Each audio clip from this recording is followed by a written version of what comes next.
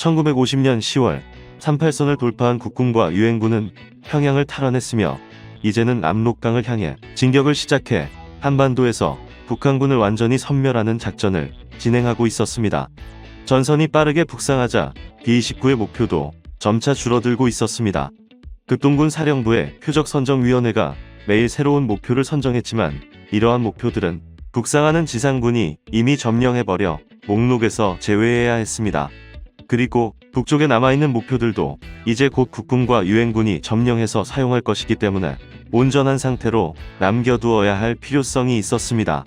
이렇게 B-29의 필요성이 줄어들게 되자 메가더 장군은 5개의 폭격 비행단 중 2개의 비행단을 미 본토로 철수시키기도 했습니다.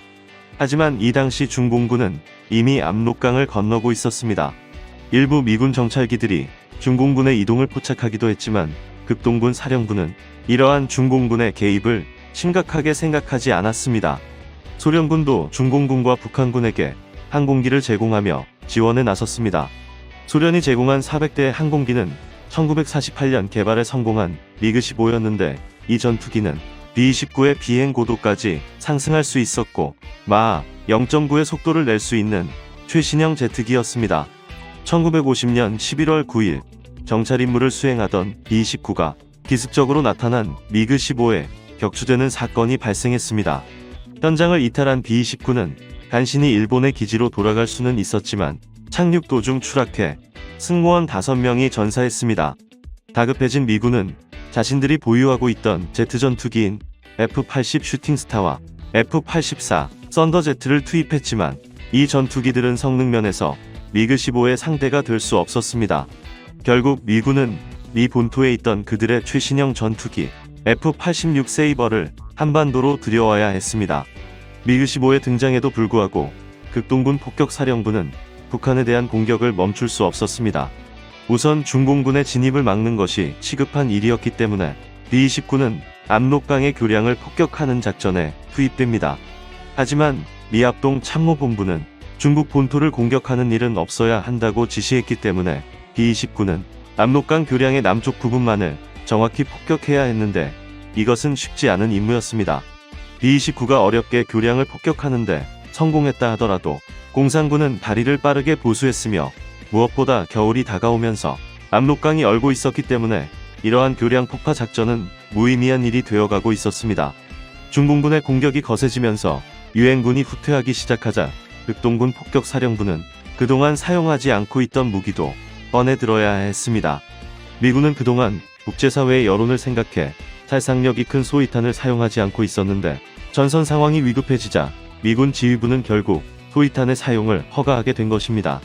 B-29는 청진과 간계, 신의주 등의 대규모 소위탄을 투하했지만 밀려오는 중공군을 막기에는 역부족이었습니다. 상황이 이렇게 되자 메가더 장군은 중국에 대한 공격을 강화해야 한다고 생각했습니다. 그는 만주에 대한 폭격을 시작하고 중국 본토를 봉쇄하며 대만군을 지원해 그들이 중국을 공격할 수 있게 해야 한다고 주장했는데 이러한 메가더의 주장을 미국의 트루먼 대통령은 받아들일 수 없었습니다. 트루먼 입장에서는 한반도의 작은 나라에서 시작된 전쟁이 세계대전으로 확전되는 것을 막아야 했으며 유럽으로 들어가야 할 각종 자금과 지원품들이 한국에서 소비되고 있는 것도 큰 부담이었습니다. 결국 트루먼은 메가더 장군을 해임하고 한반도에서의 전쟁을 제한전쟁으로 한정 지었습니다. 1951년 7월 휴전선 부근에서 전선이 고착화되자 유엔군과 북한군은 전쟁을 끝내기 위한 휴전회담에 들어갔습니다. 하지만 양측은 회담에서 유리한 입장에 서기 위해 서로에 대한 공격을 멈추지 않았습니다. 1951년 10월 23일 오키나와 기지에서 이륙한 제307 폭격 비행대 소속의 B-29 8대가 평안북도 남시를 향해 비행하기 시작했습니다. 이 당시 북한군은 남시에 비행장을 건설하고 있었는데 만일 이곳에서 미그-15가 이륙하게 된다면 유엔군이 수행하고 있는 항공차단과 근접 항공 지원 작전은 큰 어려움을 겪을 것으로 전망되었습니다. B-29가 북한 상공에 등장하자 소련군은 레이더를 통해 미군 항공기의 움직임을 파악하게 되었고 이에 소련군은 303사단과 324사단을 동원해 50여 대의 미그-15를 출격시키며 대응에 나섰습니다. B-29를 호위하던 F-84 썬더제트와 F-86 세이버가 미그-15를 상대하려 했지만 수적으로 열세에 있었던 미군 전투기들은 B-29를 제대로 호위하기 어려웠습니다. 미그-15의 공격을 받은 B-29는 회피 기동을 하며 이리저리 흩어지게 되었고, 이 때문에 미군 전투기의 편대 비행도 무너지게 되면서 전력이 분산되었습니다. 이 전투에서 B-29는 총 8대 중 3대가 격추되고 5대가 크게 파손돼 55명이 전사하는 피해를 입게 되었는데, 그 이후 미군은 B-29의 주간 폭격 작전을 전면 중단시키고 야간에만 작전을 실시하도록 했습니다. 북한과 중국에 미그-15를 제공한 소련은 B-29를 상대할 수 있는 다양한 방공 무기도 지원하기 시작했습니다. 대표적인 방공 무기로는 조기경보 레이더, 지상 관제 요격 레이더, 레이더 통제 탐조 등 대공포 레이더를 들 수 있습니다. 만일 야간에 B-29가 북한 상공에 진입한다면 압록강을 따라 설치된 소련의 조기경보 레이더가 장거리에서 미군 항공기의 대략적인 위치를 탐지하게 되고, 이어 지상 관제 요격 레이더가 B-29의 정확한 방위와 고도를 미그-15에 통보합니다. 소련군이 사용하는 지상 관제 요격 레이더는 최대 70마일 범위에서 활동하고 있는 미군 전투기를 추적할 수 있었습니다. 레이더 통제 탐조 등은 B-29의 위치를 탐지해 그곳으로 강력한 성능의 불빛을 비추게 되고, 이를 통해 미그-15와 각종 대공포들이 B-29를 요격하는 방식이었습니다. 사실 이 당시 미군은 소련군의 방공 레이더를 어느 정도 무력화시킬 수 있는 다양한 레이더 재민 기술을 이미 보유하고 있었습니다. 하지만 미합동 참모본부는 이러한 재민 기술을 한반도에서 사용하길 꺼려했습니다.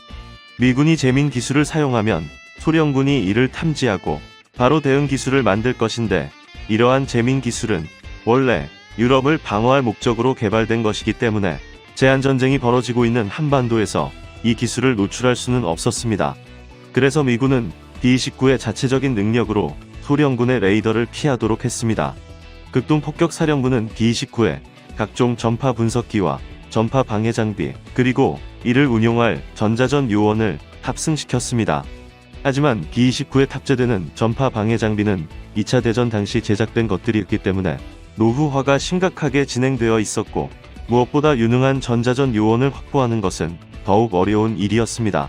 전자전 요원은 그리 인기 있는 보직이 아니어서 장병들의 지원자 수도 적었고 교육을 받는 것도 쉽지 않았습니다. B-29의 전자전 요원들은 미국 캔자스주의 포무스 공군기지에서 교육을 받았는데, 처음 한 달 동안은 전자전에 대한 이론을 익히게 되며 나머지 2달 동안은 실제로 B-29에 탑승해 직접 작전을 수행하며 기술을 습득했습니다. 제98 폭격비행단의 작전부장은 이렇게 말했습니다. 전자전 요원들은 마치 떠밀리듯이 훈련 과정을 들어야만 했다. 하지만 그들은 기술을 완전히 익히지 못하고 전장에 투입되어야만 했다. 이러한 어려움에도 불구하고 미군은 B-29의 전자전 능력을 키워나갔습니다. 1951년 8월 폭격사령부는 총 25회의 전파차단을 실시했으며 12월에는 189회로 횟수를 늘렸습니다. 이러한 전파차단이 실제로 B-29의 피해를 줄였는지는 객관적으로 증명하기 어려웠으나, 전자전 요원의 투입 이후 B-29의 격추 숫자는 눈에 띄게 줄어들었습니다. B-29가 사용했던 또 하나의 기만 기술은 체프였습니다.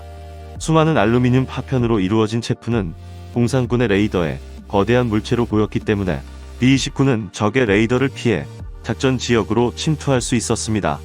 B-29가 전파 방해와 체프를 사용하기 시작한 이후 약 75%의 확률로 적의 레이더를 무력화시킬 수 있었으며, 1953년 1월 이후 작전 중 격추된 B-29는 단 한 대도 없었습니다. 1953년 7월 2년 동안의 휴전 협상에도 불구하고 북한군과 유엔군은 서로의 주장을 굽히지 않았습니다. B-29는 이러한 와중에도 폭격 임무를 계속 수행하며 공산군을 압박하게 되는데, 7월 16일에 시작된 3일간의 작전에서 B-29 20대는 중공군을 향해 1만 6천 발의 폭탄을 투하해 그들에게 큰 피해를 입혔습니다. 결국 1953년 7월 27일 휴전 협상이 체결되고 나서야 B-29는 그날 저녁에도 계획되어 있었던 폭격 작전을 취소할 수 있었습니다. 6.25 전쟁 기간 중 B-29를 운용하기 위해 총 6,000명의 미군 승무원들이 투입되었으며, 그중 635명이 전사하고 96명이 부상을 당했으며 100여 명이 적의 포로가 되었습니다. B-29는 3년의 기간 동안 총 2만 1000회를 출격해 16만 7천 톤의 폭탄을 투하했으며 이로 인해 북한의 각종 보급기지와 산업시설, 군사시설들이 큰 피해를 입었습니다. 전 세계인들은 B-29를 일본의 원자폭탄을 투하해 태평양 전쟁을 끝낸 폭격기로 기억하고 있지만 우리는 B-29를 한반도의 공산화를 막고 국군과 유엔군의 수많은 목숨을 구해준 고마운 폭격기로도 기억해야겠습니다. 이상으로 B-29 슈퍼포트리스였습니다.